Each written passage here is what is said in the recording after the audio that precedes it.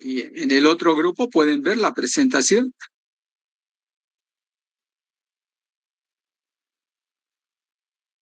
Sí, pueden ver, ¿no? En ambos grupos.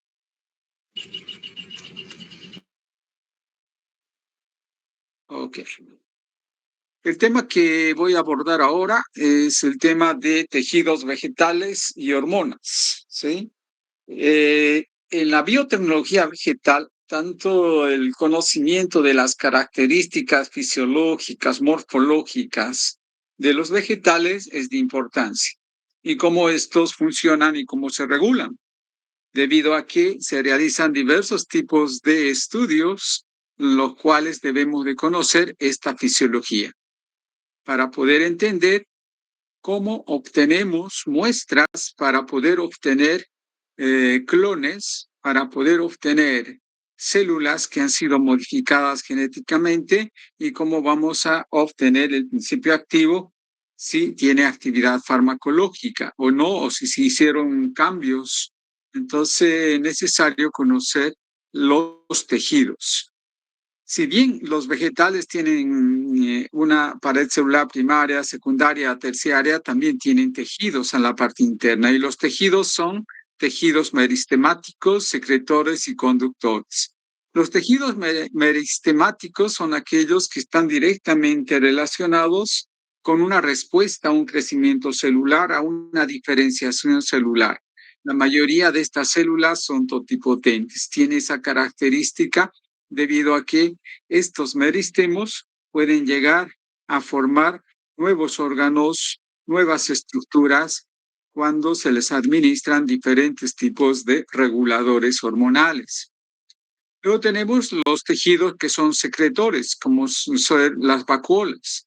Estas células son muy diferentes de los animales y de los procariontes y de los eucariontes, ya que no tenemos vacuolas. Estas vacuolas es donde se guardan una cierta cantidad de agua cuando la célula está en estrés o almacenan componentes que les sirve a la planta o almacenan componentes para excretarlos fuera de la planta. Y entre ellas suele existir componentes farmacológicos que la planta excreta fuera. Si cultivamos células de interés a nivel farmacológico y si la célula vegetal produce un componente, un principio activo que sea de interés para producir algún componente de actividad farmacológica y la excreta fuera, entonces quiere decir que esa célula puede producir esto y la podemos cultivar en bioreactores. Por lo tanto, es necesario conocer qué características va a tener esta vacuola, que es muy diferente a un embrión. Un embrión es un tipo de células que están relacionadas a la parte meristemática, ¿sí? Donde tienen células que se van a diferenciar si es que se la van a cultivar a partir de embriones. De hecho, hay técnicas que utilizan embriones para producir la embriogénesis. Los conductores, aquellos tejidos que van a transportar sustancias. La savia bruta que va desde la tierra hasta la parte más alta de la planta, transportando todos los componentes que hay en la tierra, ¿sí? Minerales, nitrógeno, agua y otros que transportan. En cambio, la savia bruta es otro conductor que va a transportar todos los componentes químicos que se produce en la fotosíntesis, porque las plantas producen a través de la energía compuestos orgánicos, aminoácidos, polisacáridos y otros componentes que van a ser depositados en las hojas. Por lo tanto, ese tejido es el que va a transportar todos estos componentes a través de la planta. Y esa se denomina savia elaborada. ¿Sí? Luego tenemos las hormonas o llamados reguladores vegetales o mensajeros secundarios. Estas hormonas o reguladores secundarios están directamente relacionados con el desarrollo de la planta, es decir, que estas hormonas van a funcionar en el momento preciso para un crecimiento normal de las raíces, de los tallos, las hojas, la formación de la flor, la formación del fruto. Y todas ellas están implicadas con estas hormonas, llamadas hormonas vegetales, vuelvo a repetir, mensajeros secundarios, reguladores hormonales.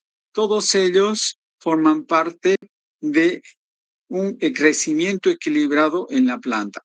Estas hormonas han servido en el laboratorio para poder obtenerlos in vitro.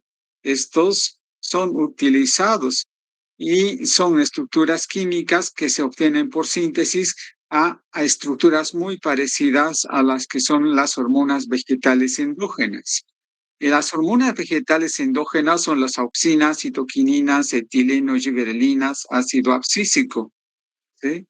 El ácido acético se la puede obtener por síntesis y también existe en el laboratorio y las industrias la comercializan. El 2,4-difenoxiacético, que es una auxina, pero es de carácter de síntesis química y se utiliza en el laboratorio. Estas otras hormonas también existen entre citoquininas y etilenos que se las pueden obtener por síntesis en el laboratorio. Estas hormonas endógenas tienen las siguientes características. Las auxinas tienen este ciclo heterocíclico como un componente básico de su estructura y su función principal es el crecimiento de las raíces secundarias y la cofia. ¿Sí? Estas influyen a este nivel. Las citoquininas promueven una división celular en la parte superior de la planta. ¿Sí? En los laboratorios, un contenido alto de auxina y citoquininas da lugar a la formación de callos. Los callos vienen a ser células que están en constante división celular y que mantienen su armonía durante su división celular. ¿Sí? Estas no son células neoplásicas, las cuales son diferentes. Por lo tanto, esa relación en el laboratorio nos va a permitir obtener ese tipo de masa celular. Luego tenemos el etileno. El etileno es aquel que está relacionado directamente con la embriogénesis, relacionado con la disminución del crecimiento y maduración del fruto. Cuando el fruto está inmaduro, hay menor cantidad de etileno, pero cuando aumenta la cantidad de etileno, sí, el fruto empieza a madurar, por lo tanto va a haber maduración del fruto. ¿Sí? Hoy en día en los transportes de frutos tienden a que la cantidad de etileno disminuya para que el producto pueda llegar a su fin y no esté maduro. Y cuando ya está en su lugar, entonces se aumenta la cantidad de la hormona y el fruto empieza a madurar. Son estrategias que utilizan los que trabajan en esta área. Luego tenemos las giberelinas. Son aquellos que van a estar directamente ligados en el crecimiento de los tallos, de los surcos que existe entre tallo y tallo. Entonces, estas giberelinas van a estar inmersas en esta función. También se utiliza de forma exógena las giberelinas, ya que inhiben la formación de la semilla. Por ello que existen frutos sin semilla. Tienen acciones que son distintas en forma externa y son distintas cuando están dentro de la planta. Luego tenemos el ácido abscísico, es una hormona que está directamente relacionado con la formación de los ovarios, la formación de la semilla y, por ende, también induce a la formación de la flor. Y después de la flor ya forma el fruto. Entonces, esas tres hormonas que también se lo ha observado en altas concentraciones cuando se encuentran en floración las plantas. Cuando no está en floración, no hay ácido abscísico. Cuando no hay frutos, no hay etileno. ¿Sí? Es decir, que estas hormonas van a estar en el momento preciso cuando la planta está en desarrollo. Bien, bien. Con este tema, ahí termina. Ahora vamos a continuar con lo otro.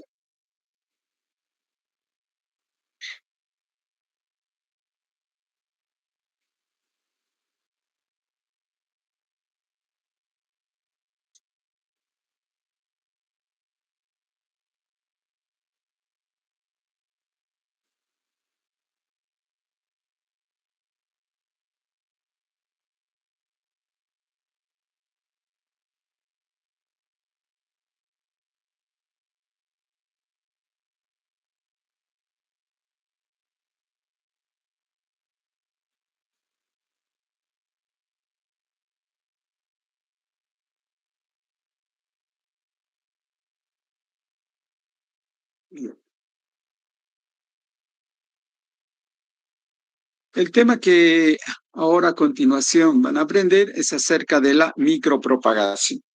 La micropropagación viene a ser una técnica en la cual tiene por objeto micropropagar un fenotipo a gran escala, de tal manera que los componentes que se vayan a obtener sean clones semejantes uno al otro, donde su carga genética deberá de ser similar.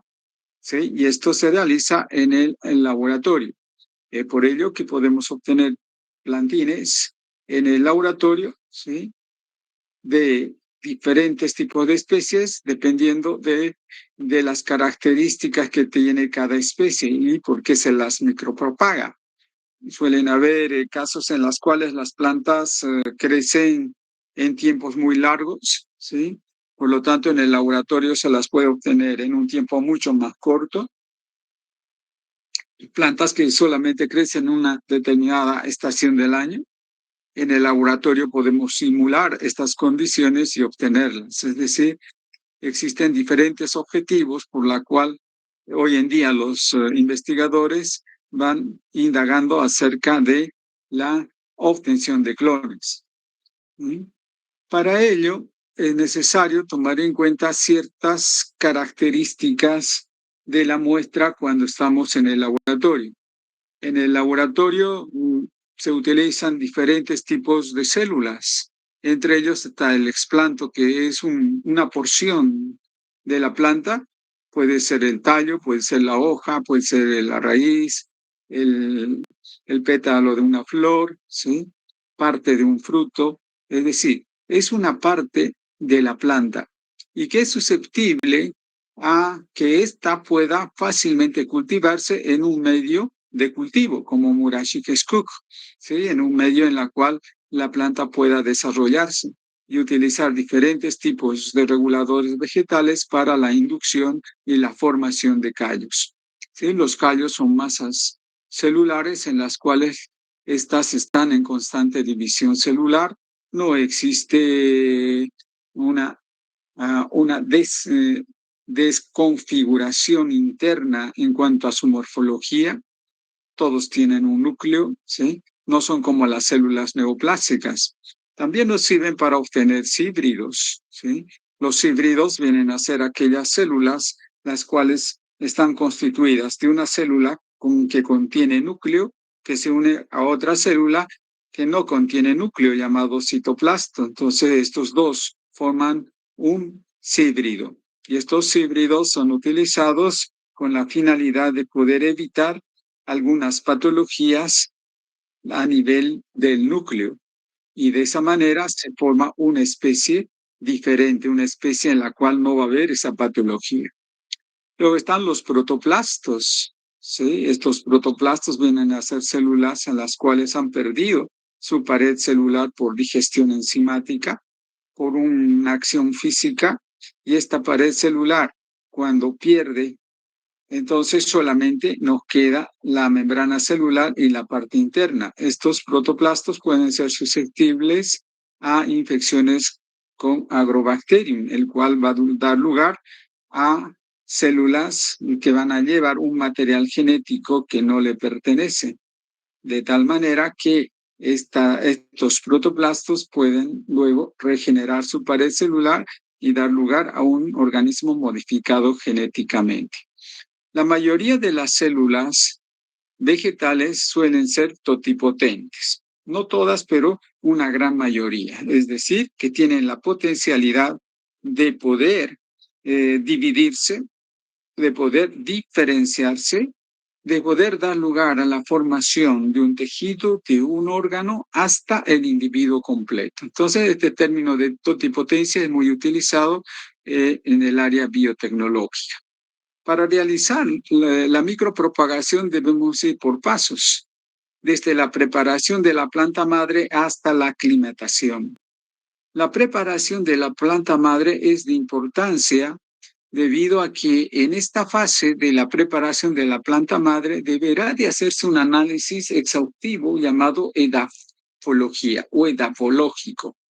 Este análisis edafológico es aquel análisis en el cual se analiza las características que tiene la tierra, dónde vive la planta, qué contiene, qué microorganismos, qué componentes inorgánicos, qué componentes orgánicos. Y esto va a permitir poder realizar en el laboratorio un tipo de tratamiento semejante al lugar donde vive la planta. También deberá de tomarse en cuenta características como ser la temperatura, como ser la humedad, el fotoperiodo, que es la cantidad de luz de energía solar que recibe, ¿sí? Esa irradiancia de energía que recibe deberá de tomarse en cuenta y deberá de simularse en el laboratorio. Las cámaras de cultivo tienen lámparas que van a simular ese tipo de acción que las plantas tienen en su hábitat. Entonces, esto se realiza en la micropropagación. Después está la parte en la cual el establecimiento del cultivo de producción de embriones, que vendría a ser la segunda fase, se trabaja en las cabinas de flujo laminar. Ahí es donde se va a obtener plantos susceptibles para la formación de un nuevo clon. Y a partir de allá se empieza a diseñar el tipo de estrategia para que la planta pueda crecer en un medio de cultivo para la formación de brotes, una relación de citoquinina y auxina. Esto nos va a permitir obtener la parte tanto de la raíz como la parte superior, es decir, tallos, hojas. Y aquí está implicada la hormona fundamental llamada citoquinina. En el laboratorio utilizamos hormonas sintéticas, ¿sí? En la multiplicación de brotes la realizamos directamente en las cámaras de cultivo. En estas cámaras de cultivo se deberá determinar la temperatura, la humedad y el fotoperiodo y el medio de cultivo y pases de medio de cultivo. Y aquí se va añadiendo los reguladores hormonales para obtener el crecimiento de la planta, ¿sí? Luego viene la otra etapa que vendría a ser el enraizamiento. Este enraizamiento puede estar in vitro y ex vitro, y es aquí donde se utilizan las auxinas. Las auxinas en el enraizamiento in vitro dan lugar a que las plantas empiezan a aumentar el número de raíces secundarias y la raíz principal. In vitro se utiliza una vermiculita sintética al sustrato que es la tierra.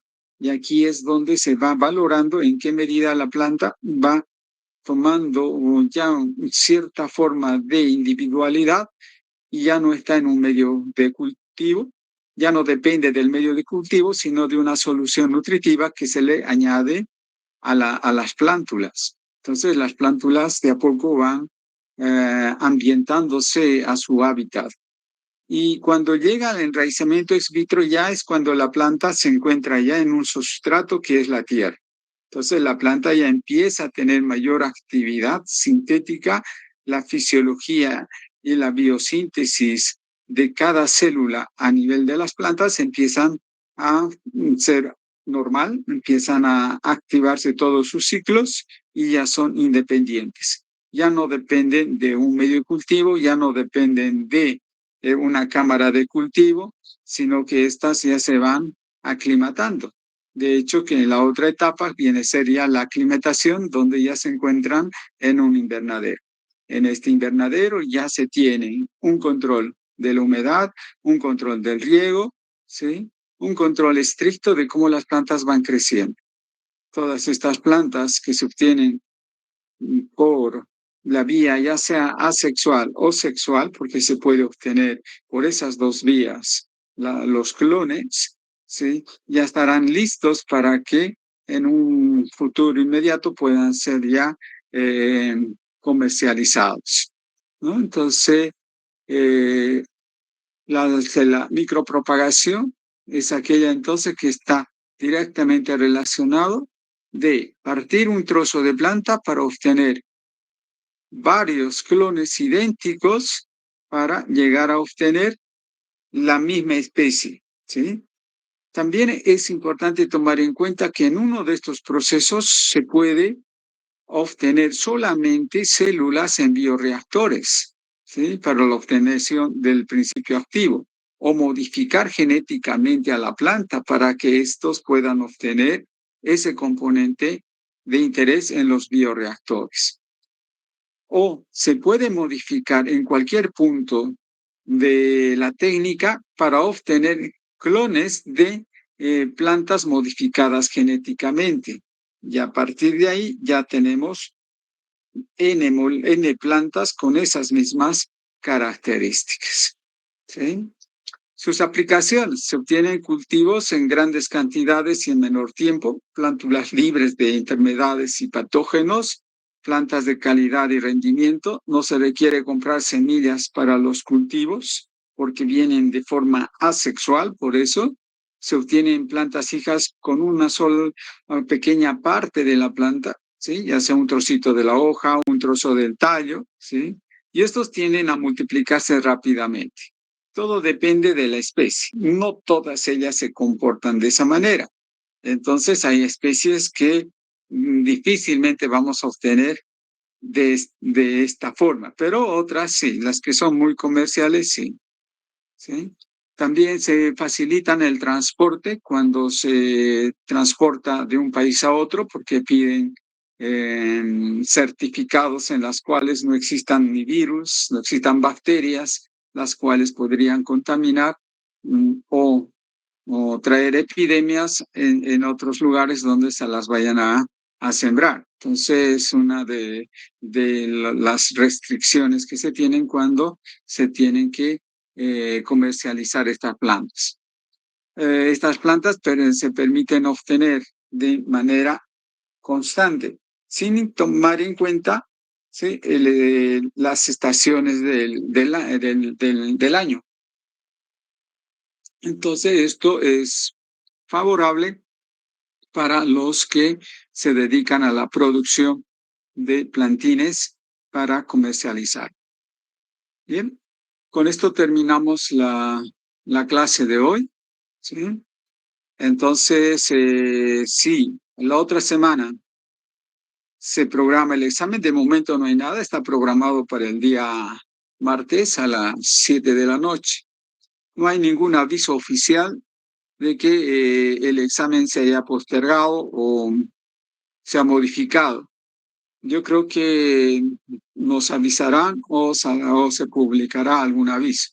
Pero de momento el examen está programado para el día martes a las 7 de la noche, me parece. Entonces nos vemos a esa hora. Yo ya estaré ahí en el aula, 6:30, antes de las 7, ¿sí? Para poder ordenar y de esa manera que todos estén en el lugar indicado. ¿Tienen alguna pregunta? Disculpe, doctor, buenos días. ¿Desde qué tema van a entrar al examen?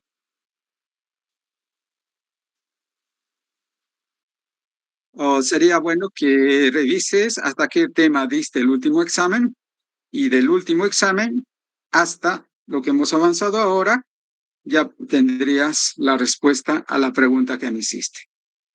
¿Bien? Listo. Ok, de nada, de nada. Bueno, pues entonces...